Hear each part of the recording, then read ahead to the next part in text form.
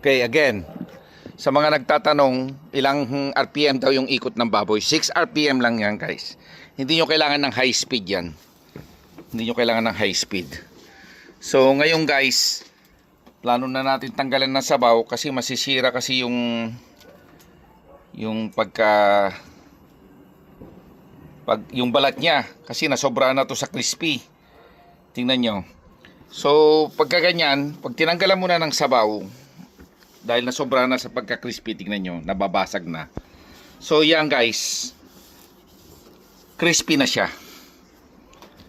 Oh, crispy na, pero hilaw pa sa loob yan guys. Okay? So, ngayon, once na tinanggalan ko na yan ng sabaw guys, hindi ko na yan pinapaikot kasi yung lasa niya, nag-distribute na sa loob.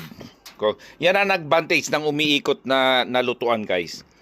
Kung yung baboy nyo umiikot, talagang para kang nagluto sa isang palayok ba guys.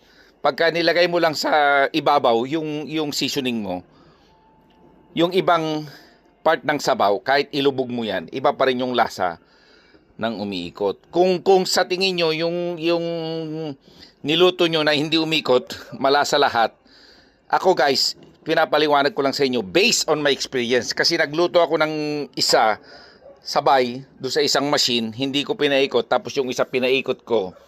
So, pareho kong dinala yon sa isang party na invited din tayo.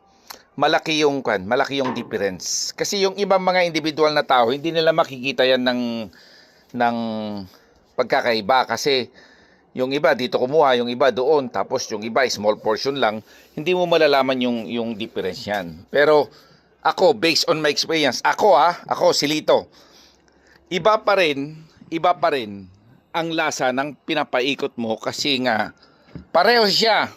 Actually yung oven makinis siya, makinis, maganda tignan. Pero ang difference lang noon yung lasa. Kaya kung masaya yung customer nyo, masama. Kung masaya yung customer nyo doon sa lechon nyo na kung paano nyo siya niluto, keep it up. So, ang sinasabi ko lang, ako si Lito, pinapaikot ko kasi iba ang review ng customer. Sabi nga nila, kaya kinikip ko yung ganyang style guys, pinapaikot ko. Pwede ko rin siyang hindi paikutin, pero guys, nasanay na tayo. Kaya, since okay naman yung feedback, bakit natin babaguhin? Okay guys? Kaya kung yung lechonan nyo, hindi nyo pinapaikot, go for it.